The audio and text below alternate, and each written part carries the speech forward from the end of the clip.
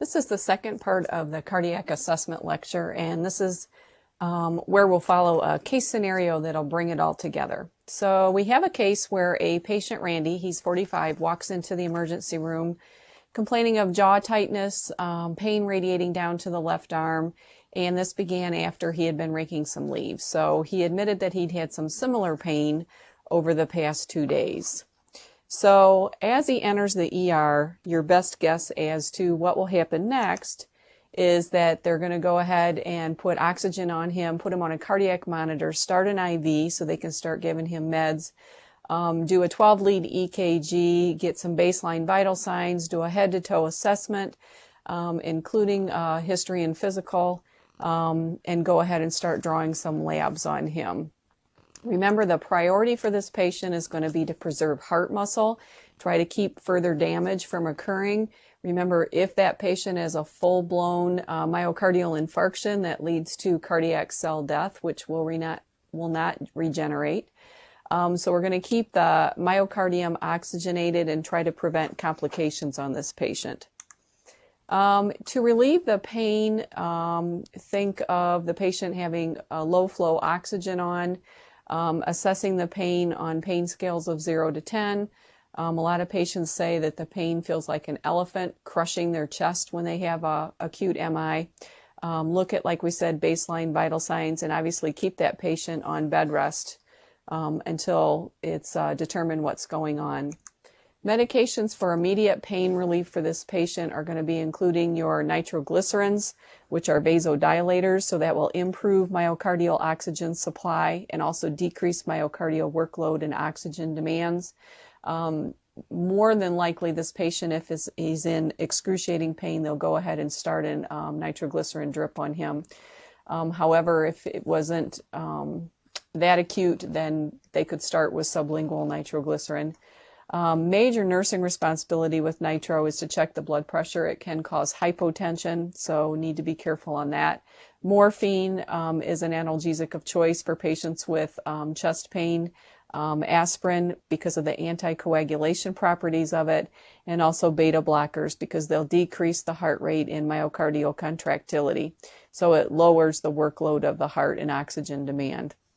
So if you keep the acronym MONA in mind, those stand for morphine, oxygen, nitrates, and aspirin. That's the hallmark for how to treat a patient with chest pain that walks through the ER. What will happen next is this patient will go ahead and have EKG, and what they're going to look for are ST changes and inversions of the T waves, those types of things due to ischemia. Patient will also have the cardiac enzymes and isoenzymes drawn. And remember, probably the one that's the most definitive for diagnosing a patient with heart problems would be your troponin level. And the third thing that's listed there is to go ahead and get a cardiology consult on this patient to see what's going on. Past history is going to be important to look for what medications that patient's on, and also if that patient's allergic to anything, medications, or if the patient's allergic to shellfish and dyes, since the patient will more than likely go ahead and get a cardiac angiogram done. And also to look at, remember, those modifiable and non-modifiable risk factors, such as lifestyle factors, hypertension, cholesterol levels, things like that. So we get results back on this particular patient, Randy, and it turns out that the EKG was within normal. CPK came back within normal limit, as did the isoenzyme for the myobands, the MB, that was normal. Myoglobin was okay, troponin was within normal limits, pain was relieved with nitroglycerin, and the vital signs have been stable. So what's probably going to happen next for this particular patient then is to go ahead, finish out those serial lab tests and EKGs, keep that patient on a monitor because even though it's looking like he has not had an acute MI, just keep in mind that 95% of patients that have had an acute MI will have irregular heart rhythms in the post-infarction period. So the second set of enzymes and myoglobins come back, they're normal. So now what is that patient is more than likely going to get a stress test ordered, and he's admitted for cardiac cath because he does fail the stress test. So remember all of those nursing responsibilities with the patient having cardiac cath is to check allergies for dye, check renal function studies, do all the teaching. Patient will be NPO, awake but sedated, and remember to explain the sensations the patient feels, such as a flushing sensation or pounding in the chest when the dye is inserted during a cardiac cath. When they get the results back of Randy's cardiac cath, it shows that he had an 80% blockage in the right coronary artery and a 75% blockage in the circumflex artery. And there's a picture of the heart just to remind you of what feeds what. Remember, the left coronary artery has the three branches. It has the left main coronary artery, the left anterior descending, and the circumflex. Remember, the circumflex will feed pretty much the left ventricle, and it also will feed the SA node in about 45% of patients. The left anterior descending artery feeds the anterior wall of the heart, the bundle branches, and the left atrium. Right coronary artery feeds the right side of the heart and the posterior surface of the left ventricle, and it feeds the SA node in about 55% of the patients and AV node in 90% of the patients. So you can see for patients that may have blockages in these areas or different coronary arteries that are affected, you can see how, because the SA node is affected, that the heart rate would be affected, the rhythm pattern, and all those different kinds of things. So Randy gets scheduled for angioplasty the following day. It was very successful. He's scheduled to be discharged in 2 days, and the home medications include tenormin, which remember is a beta blocker. So have that patient check pulse. It's very important that that's part of your teaching with them, and they know when to hold that beta blocker, because if the pulse goes too low, you would not want that patient to continue that medication. They would need to call their cardiologist and get the dose adjusted. Patient's also going to be on aspirin and nitroglycerin. So remember, nitroglycerin is a vasodilator, and remember the teaching with nitroglycerin for these patients. It dissolves under the tongue when they're taking it sublingually. They can take 2 more tabs 5 minutes apart if they still have chest pain after they've taken the first one. But after 15 minutes, if they still have continued chest pain, they should call 911 if they are at home. Remember, with nitroglycerin, it needs to be protected from light and moisture. It needs to be discarded after 6 months, and it needs to be kept in a light-sensitive container. Side effects are headaches, low blood pressure. Never use nitroglycerin if the patient's using Viagra-type products within the past 24 hours, because it can cause severe hypotension. Other teaching for this patient would include diet, medications. We already talked a little bit about the beta blockers and pulse checks and things like that. Remember that the patient should be taught to report unusual bleeding, especially since they're on an antiplatelet type of med, chest pain, shortness of breath, and all those types of things, and keep the regular follow-up scheduled visits with the physician.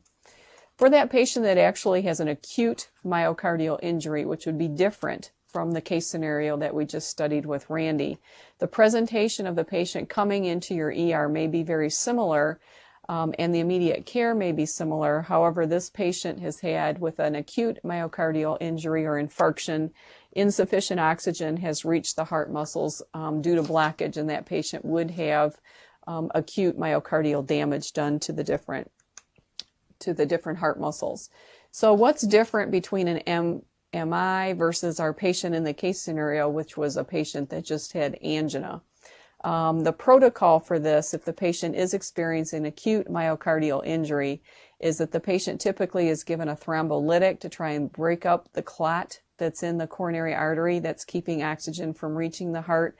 So some of the common ones that are used are streptokinase, TPA, those types of things. The goal is to try to get that started within 30 minutes upon arrival to the emergency room.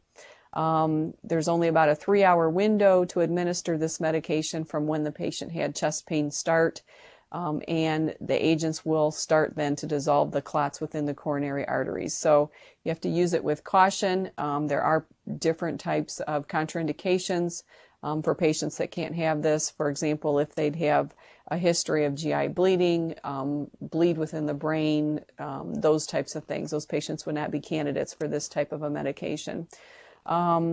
Also with this one, if the patient has severe hypertension or has had major surgery within the past 3 weeks, they also would be contraindicated from being able to use thrombolytics with this particular patient.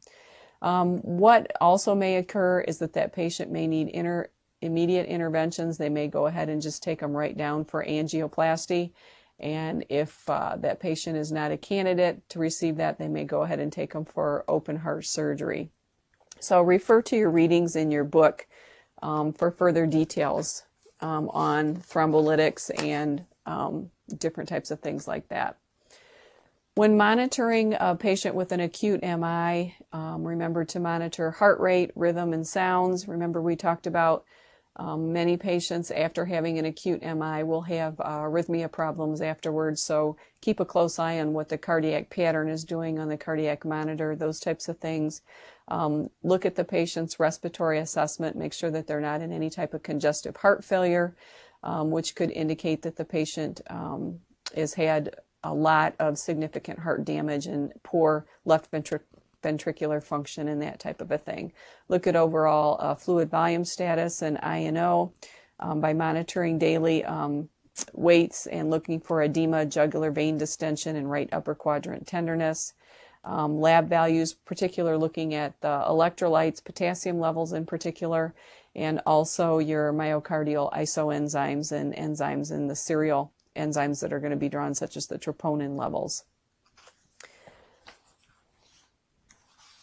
Patients do have the risk of developing cardiogenic shock. Those patients that have had an acute MI, about 15% of them will develop cardiogenic shock. So be very alert to early signs and symptoms such as hypotension and oliguria. Because the cardiac output is so poor, the blood flow to the kidneys that gets decreased. It sets up the whole renin-angiotensin system. And because of poor cardiac output to the kidneys, renal failure starts to occur with these particular patients. Also, like we talked about before, there's the risk for arrhythmias in patients after an MI. So watch the cardiac monitor for different types of arrhythmias and things like that. And lastly with this, look for fluid overload and emotional support to the family. So mortality rate, unfortunately, from cardiogenic shock is very high. Greater than 70% of all patients will die from cardiogenic shock. So it's very important that the nurse be astute to early signs and symptoms for the patients and get them on medications that would be ordered by the cardiologist, such as dopamine, diuretics, nitroglycerin. The patient may need to also be on dialysis and albumin to help with renal perfusion. Other signs and symptoms of cardiogenic shock include an abnormal pulse rate. It may be rapid and thready. You may note distension of the veins of the hands and jugular vein distension. Patient may have dependent edema. The patient that is in cardiogenic shock is going to be in an ICU situation with a Swan-Ganz catheter in. So with this, you might notice that the patient has an increased CVP and an increased wedge pressure on their Swan-Ganz catheter. Mental changes because of the poor oxygen level to the brain. And just to look at that patient with the skin, it's usually pale, maybe a grayish cyanotic looking, cold, moist, and those types of things. Here's different causes of cardiogenic shock. As you can see, there are many, many different things that can cause it. Like we said, the patient that had a massive MI can go into cardiogenic shock, as well as those patients that have had tamponade, pericarditis, cardiac arrest, maybe due to VFib or VTAC, valve problems, cardiomyopathies, post-op complications from heart surgery, electrolyte imbalances, medications that affect contractility, such as digoxin, and the patient that's a post-head injury. For those patients that are in heart failure, one invasive procedure that can be done is an intra-aortic balloon pump. And this is due for those patients. We're going to talk about it on the next slide a little bit more, but it can buy them a little time if that patient maybe is on a cardiac transplant list, or if that patient just needs it for a while to stabilize them until they can get blood pressure and cardiac function stabilized. We touched a little bit ago on a Swan-Ganz catheter, pulmonary artery catheters, and that these measure heart function and different types of things within the heart. So patients may have these. We're going to talk about ventricular assistive devices, and we're going to touch on cardiac transplant.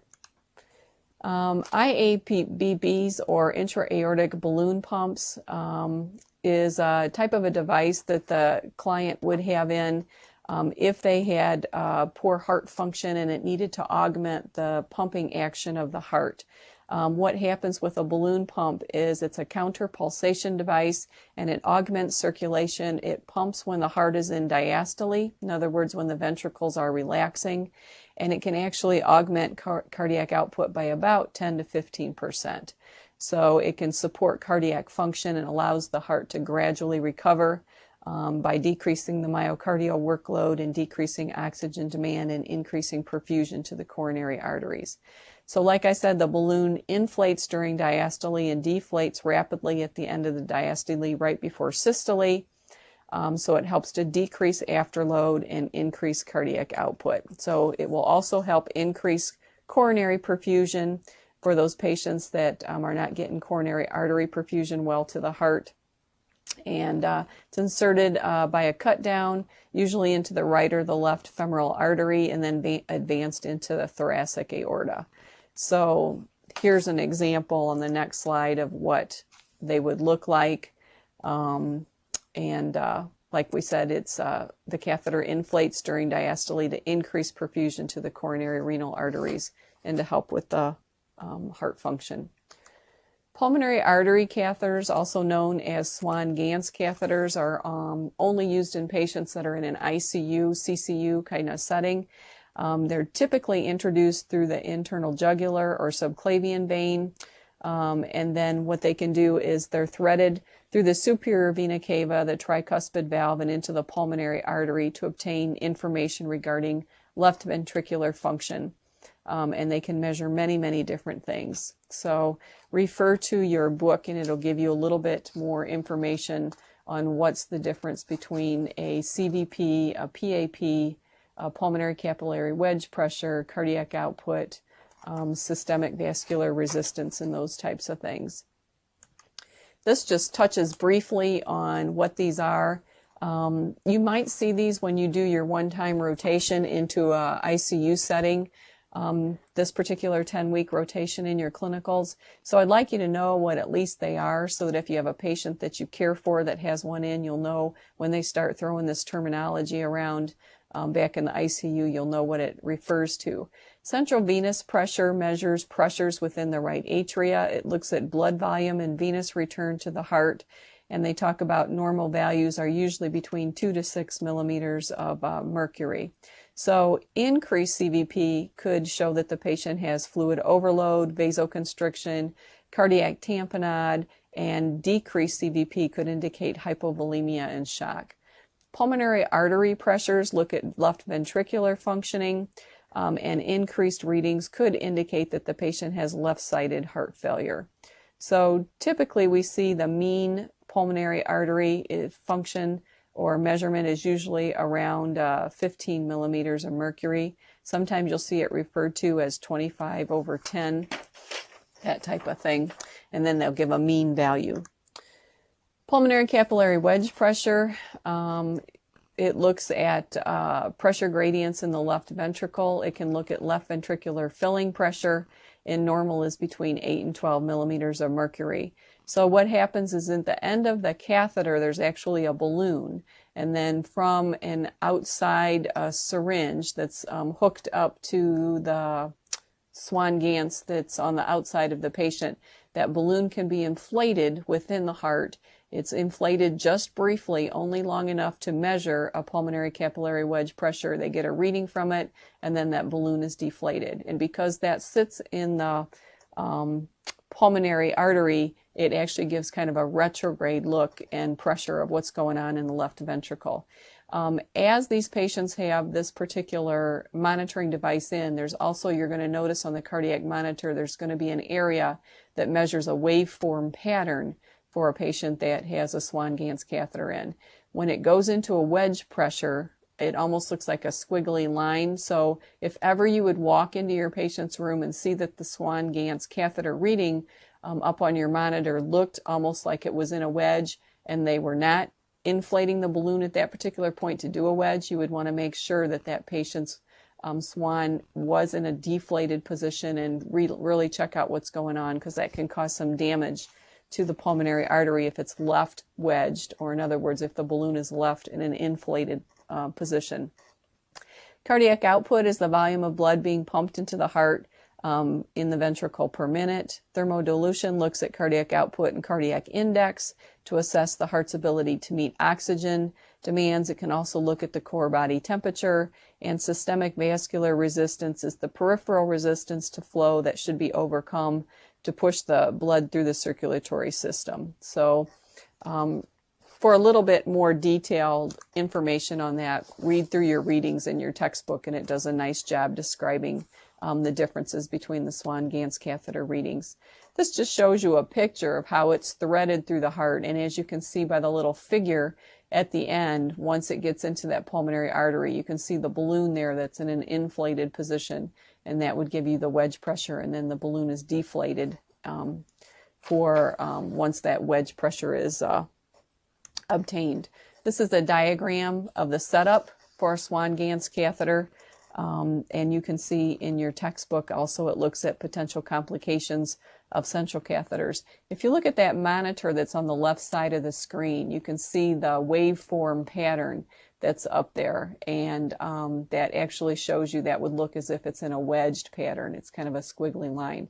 The pattern that's in the middle would be the arterial line pressure. So patients that are in a ICU situation where they're really looking at cardiac function will not only have a Swan-Ganz catheter in, they'll have an art line in, and the art line can measure a consistent, continuous reading of what the blood pressure is doing. Plus you can draw arterial blood supplies right off of it that are used for arterial blood gas determination.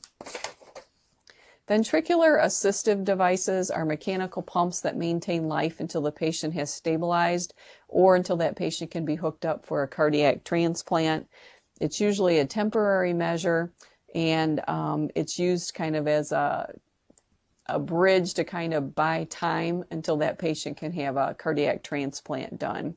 So nursing care for the patient on a VAD would be to assess hemodynamic status, look at complications, use strict aseptic technique with all invasive catheters and dressing changes, watch that patient closely for their lung status. They are at risk for pneumonia and different types of things like that. This is a picture of one.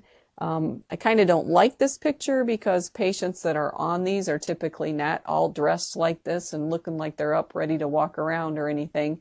They're typically very, very sick and ill patients in an ICU setting and that type of a thing. For those patients that do undergo heart transplants after they've had a ventricular assistive device in, buying them time and then get a heart transplant done. Just a reminder that the patients really do quite well after heart transplants only because of the development of cyclosporin, which is an immunosuppressant, and that was actually developed in the early 80s. So the survival rate of transplant patients before the development of cyclosporin was actually quite low. But then after the development of the immunosuppressant cyclosporin, the 1-year survival rate for a patient having a heart transplant is around 80 to 90%, and the 5-year survival rate for those patients is about 60 to 70%. This shows you an arterial line. We mentioned this a little bit earlier. It can give you a continuous reading of blood pressure measurements, and as noted before, lab draws for arterial lab draws for such as ABGs and things like that can be drawn off of the art line, so it saves that patient having to have extra lab sticks. Discharge planning for our patients that have had MIs would include cardiac rehab, patient being kept on medications, particularly probably beta blockers and vasodilators, as long as perhaps ACE inhibitors, following a low sodium, low fat diet, routine follow-up care with the cardiologist, and reminding that patient to report any chest pain or if they have activity intolerance, and also to check pulse on a daily basis to monitor for medications. So just a reminder, they should call their physician for any particular problems that they may have. And here are a couple of NCLEX questions. So I will let you read through those on your own. And the NCLEX answers are down at the bottom of your slide in the speaker notes.